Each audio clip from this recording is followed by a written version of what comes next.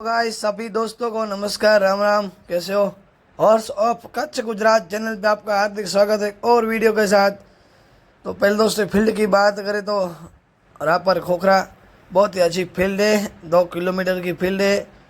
और दोस्तों अभी जो आपको दिखाने जा रहा हूँ हॉर्स वीडियो का, तो उसमें सवारी कर रहे हैं KM लोटा अंजार कच्छ कासम भाई, और इसके ऑनर है तौसीफ भाई मंसूरी भाई अंजार।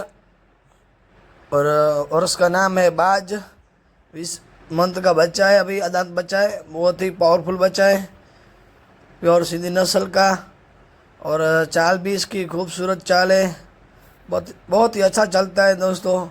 अब आपको मेरा ये वीडियो आपको पसंद आए तो मेरी यूट्यूब चैनल को आप लाइक कीजिए, शेयर कीजिए और सब्सक्राइब कीजिए।